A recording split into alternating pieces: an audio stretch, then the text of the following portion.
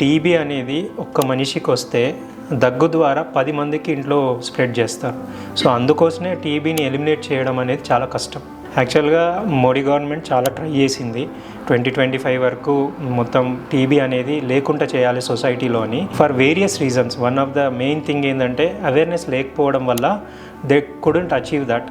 ఆ డెడ్ లైన్ని కొద్దిగా దూరం జరిపి still they are trying to eliminate TB from the society. TB అనేది వేరియస్ ఆర్గాన్స్కి వస్తుంది. జనరల్గా మనకు తెలిసిన మోస్ట్ కామన్ ఆర్గాన్ ఏంటంటే లంగ్స్లో టీబీ వచ్చినప్పుడు ఒక 15 days కన్నా ఎక్కువ జ్వరం వస్తుంది, దగ్గు వస్తుంది, కొన్నిసార్లు వెరీ రేర్ కేసెస్లో రక్తం పడవచ్చు.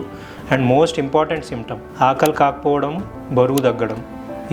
These are the deadly combinations. ఇలాంటి సిమ్టమ్స్ ఎప్పుడైనా ఉన్నప్పుడు డెఫినెట్గా more than 10 days or 15 days they have to see the doctor.